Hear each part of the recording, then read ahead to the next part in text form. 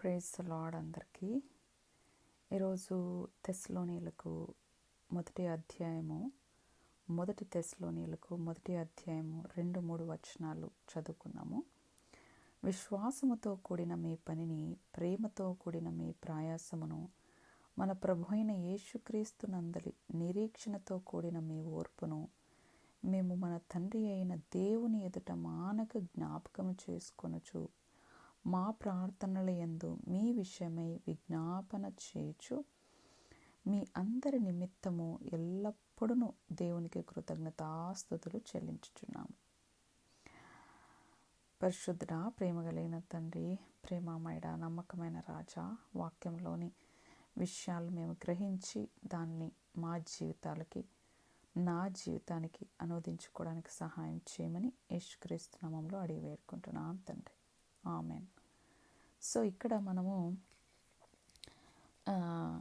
మనం చదువుకున్నాము తెస్సలోనీయులకు మొదటి అధ్యాయం 1వ వచనంలో తెస్సలోనిక సంఘానికి పౌలు రాసిన ఈ లేఖ కృతజ్ఞతతో ప్రారంభమవుతుంది.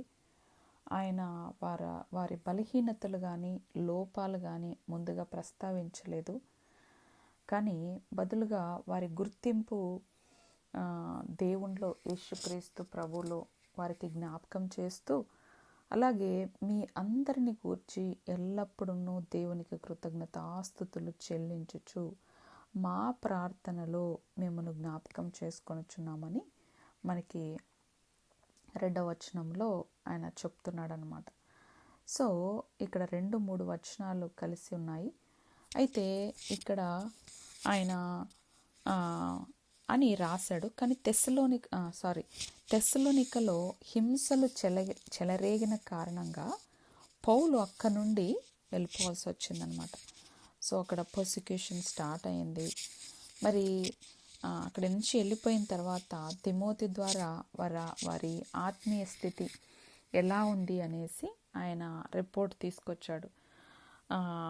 మరి విన్న తర్వాత మరి పౌలుకి హృదయం ఎంతో ఆనందంతో నిండిపోయింది. వారి జీవితాలలో కనిపించిన మార్పు ఏదో మానవ ప్రయత్నం కాదు, కానీ యేసుక్రీస్తు ప్రభు కృప, అలాగే పరిశుద్ధాత్ముడు వారి హృదయాల్లో పనిచేస్తూ వాళ్ళు కూడా విధేయతతో వారి ప్రవర్తన అంతటి మీద దేవుడు అధికారానికి వారు ఒప్పుకుంటున్నారని మరి అక్కడ కనిపిస్తుందన్నమాట. పౌలుకి వారి విషయాల్లో, వారు చేసే పనుల్లో, వారు చూపించే ప్రేమలో, వారు నిరీక్షించే విధానంలో. అందుకే ఆయన వారి జీవితాల్లో స్పష్టంగా కనిపించిన 3 విషయాల్ని జ్ఞాపకం చేసుకుంటున్నాడు అనమాట. ఆ 3 విషయాలు మన జీవితంలో కూడా, నా జీవితంలో ఎంతగానో మనము గుర్తించి దానిని మన జీవితంలో ఉన్నాయా అని మనము పరీక్షించుకోవడము చాలా ఇంపార్టెంట్ అనేది నాకు అనిపిస్తుంది. సో 3 విషయాలు ఏంటంటే, వారి విశ్వాసపు పని అన్నమాట. ప్రేమ ఉంది, ప్రేమ యొక్క ప్రయాసం కూడా వారికి. మరియు వాళ్ళు అంటున్నారు, ప్రభు అయిన యేసుక్రీస్తునందుల నిరీక్షణ యొక్క ఓర్పు అంటున్నాడు. 3వ వచనంలో మీరు చూస్తే ఆయన మరి ప్రయాసముతో విశ్వాసంతో కూడిన మీ పనిని, ప్రేమతో కూడిన మీ ప్రయాసమును, మన ప్రభు అయిన యేసుక్రీస్తునందలి నిరీక్షణతో కూడిన మీ ఓర్పును అంటున్నాడు. చూడండి. సో విశ్వాసముతో కూడిన మీ పని, విశ్వాసము, ప్రేమ, నిరీక్షణ. ఈ విశ్వాసముతో కూడిన వారి పనిని, ప్రేమతో కూడిన వారి ప్రయాసం. ప్రేమ ఉంటే ప్రయాసం ఉంటుంది. సో ఆ విశ్వాసం ఉన్నప్పుడు, ప్రేమ ఉన్నప్పుడు, మరి ఈ నిరీక్షణ ఉన్నప్పుడు, మరి వాళ్ళల్లో కష్టాలు వచ్చినప్పుడు కూడా వారు ఓర్పుగా దేవుణ్ణి వెంబడిస్తూ ఉన్నారనమాట. మొదటిగా వారి విశ్వాసపు పనిని అంటున్నాడు పౌలు జ్ఞాపకం చేసుకుంటూ. నిజమైన విశ్వాసము ఎల్లప్పుడూ జీవితంలో ఫలించేలాగా ఉంటుంది. ఎలాగంటే ఫ్రూట్ ఆఫ్ ద స్పిరిట్స్, ఆత్మ ఫలాలన్నమాట. ప్రేమ, సమాధానము, సంతోషము, దీర్ఘశాంతము, దయాళత్వము, ఇవన్నీ కూడా వాళ్ళల్లో కనిపిస్తున్నాయి అనేది పౌలు చెప్తున్నాడు. ఈ సో తెస్సలోనిక విశ్వాసులు ఎంతగానో, ఇక్కడ చూస్తే మనం 9వ వచనం చదువుతున్నాను, 1వ అధ్యాయము 9వ వచనము.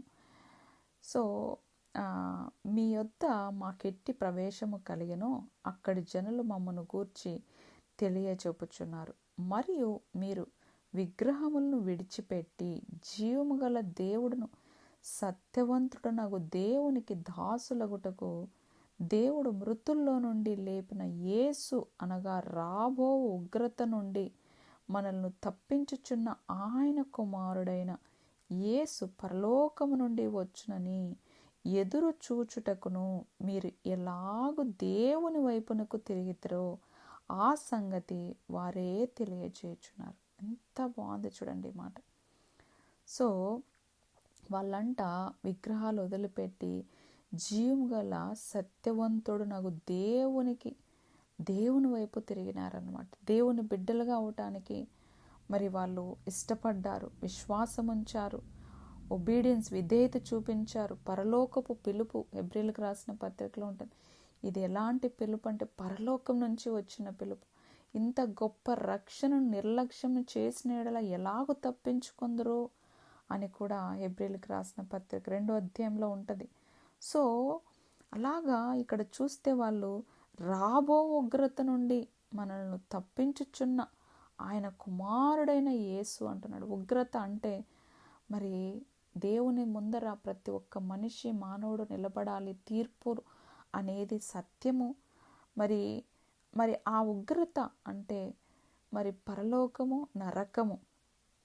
దేవుణ్ణి యేసుక్రీస్తు ప్రభుని సొంత రక్షకుడుగా అంగీకరించకపోతే, ఎందుకంటే ఆయన మన కోసము మన పాపాల కోసం ఆయన మరణించాడు, ప్రాయశ్చిత్తం చెల్లించాడు, నువ్వు చెల్లించాల్సింది. సో ఇదంతా కూడా వాళ్ళు నమ్మారనమాట. సో అందుకని ఇక్కడ ఆయన జ్ఞాపకం చేసుకుంటున్నాడు, మీరు విగ్రహాలు వదిలిపెట్టి సజీవుడు సత్యమైన దేవుడి వైపు తిరిగి వచ్చారు అనేసి. మరి వారు దేవుని వాక్యాన్ని అనేక శ్రమల మధ్య కూడా ఆనందముతో అంగీకరించారని మరి 6వ వచనంలో మనం చూస్తామన్నమాట. పరిశుద్ధాత్మ వలన కలుగు ఆనందముతో గొప్ప ఉపద్రవమందు మీరు వాక్యమును గొప్ప ఉపద్రవమందు అంటే కష్టాల్లో వారు వాక్యాన్ని అంగీకరించారు, మరి ప్రభువుని నమ్మారనమాట. అందుకని ఆ మాట అంటున్నాడు, కష్టాల్లో వచ్చినప్పుడు వెనక్కి తగ్గలేదు వారి జీవితాలు మరి ఎంతగానో. అందుకనే వాళ్ళలో ఆత్మఫలాలు, వారి జీవితాలు మార్పు అనేది కనిపించింది. అంతేకాక వారు ఇతర విశ్వాసులకు ఎంతో మాదిరిగా నిలిచారనమాట. అది 7వ వచనంలో మనం చూస్తాం. కాబట్టి మాసిదోనియాలోను అఖయలోను విశ్వాసులందరికీ మాదిరి అయితరి అంటున్నాడు. చూడండి, మాదిరిగా ఉంటాడు మరి అని చెప్తున్నాడు అనమాట. సో ఎందుకనగా మీ యొద్ద నుండి ప్రభు వాక్యం మాసిదోనియాలోను అఖయలోను మ్రోగెను, అక్కడ మాత్రమే కాక ప్రతి స్థలమందును అంటున్నాడు.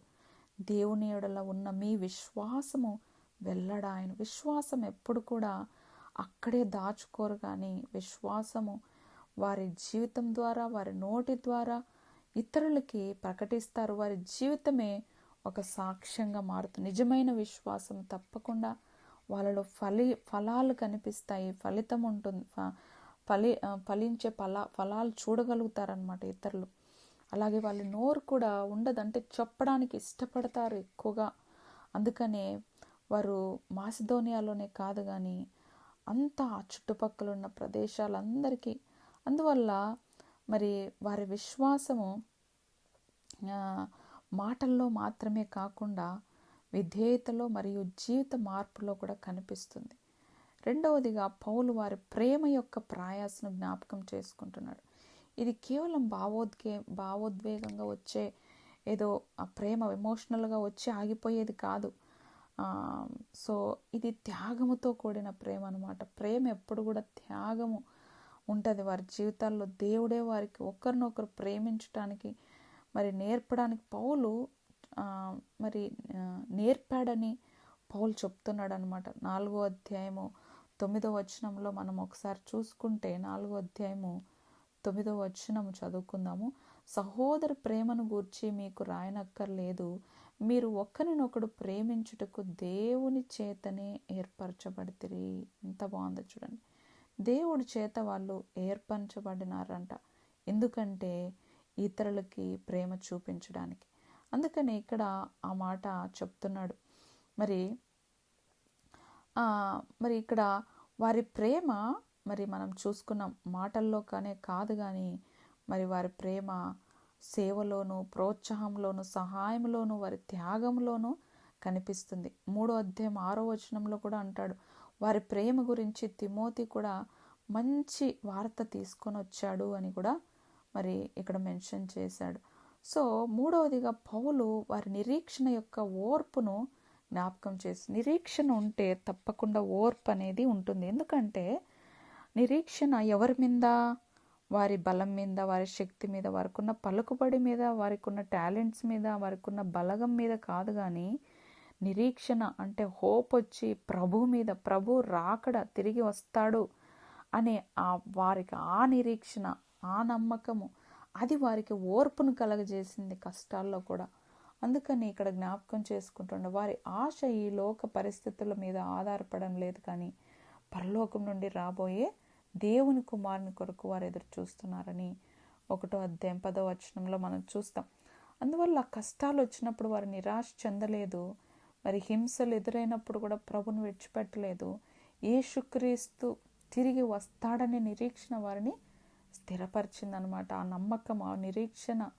సో మరి అయితే ఇక్కడ ఒక ముఖ్యమైన విషయం మనం గుర్తించాలి. ప్రేమ, ఇవంత ప్రేమ ఉన్నప్పుడు అంటే ఆ ప్రేమ యొక్క ప్రయాసం అంటే సంఘంలో ఎక్కువ పని చేయడం మాత్రమే కాదు. పని చేసే వాళ్ళ మనం అబ్బా వీరు చాలా బాగా పనిచేస్తున్నారు, మరి వీళ్ళకి చాలా విశ్వాసం ఉంది అని, కానీ వారి ఇంటెన్షన్, వారి మోటివ్స్ ఏంటి పని చేయడంలో అనేది మనము గుర్తించాలి.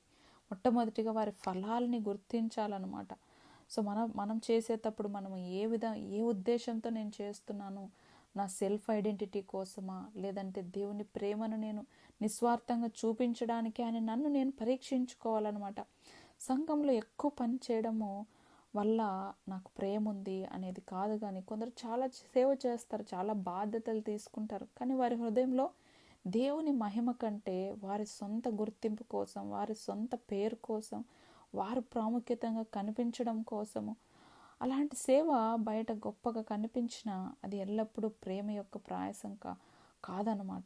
నిజమైన ప్రేమ తన గుర్తింపు రావాలని కోరుకోరు, కానీ నిజమైన ప్రేమ దేవుని రాజ్యాన్ని అభివృద్ధి చెందాలి.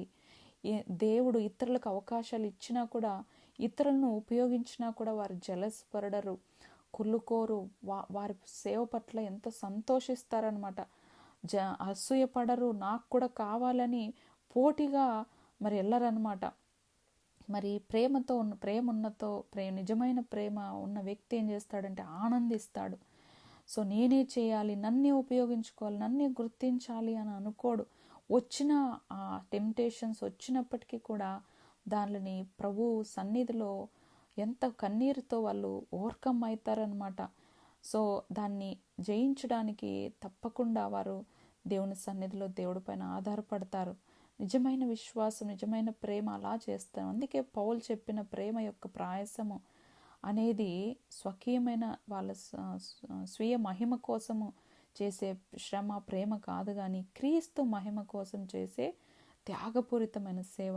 అలాగే విశ్వాసపు పని అనేది మనుష్యులు ఆకట్టుకోవడానికి చేసే పని కాదు. అది దేవునిపై నమ్మకం వల్ల వచ్చే విధేయత దేవుని వైపు చూపిస్తుందన్నమాట. ఆ విశ్వాసము, ఆ ప్రేమ, నిరీక్షణ వారి జీవితాలు దేవుని వైపు చూపిస్తారనమాట. సో నిరీక్షణ యొక్క ఓర్పు అనేది మరి పరిస్థితులు మంచిగా ఉన్నప్పుడు మాత్రమే నిలబడడం కాదు, క్రీస్తుపై ఆశ ఉంచి కష్టాల్లో కూడా స్థిరంగా ఉండడం అనమాట. అందువల్ల నిజమైన క్రైస్తవ జీవితం 3 లక్షణాల్లో కనిపిస్తుంది. విశ్వాసము పని చేస్తుంది, ప్రేమ త్యాగముతో సేవ చేస్తుంది, నిరీక్షణ ఓర్పుతో నిలబడుతుంది. ఈ 3 ఉన్నప్పుడు దేవుని కృప వారి జీవితాల్లో, మన జీవితాల్లో ఎంతో స్పష్టంగా పనిచేస్తుందని మనం గుర్తించాలన్నమాట. దేవుడి వాక్యాన్ని దీవించునుగాక. ఆమేన్.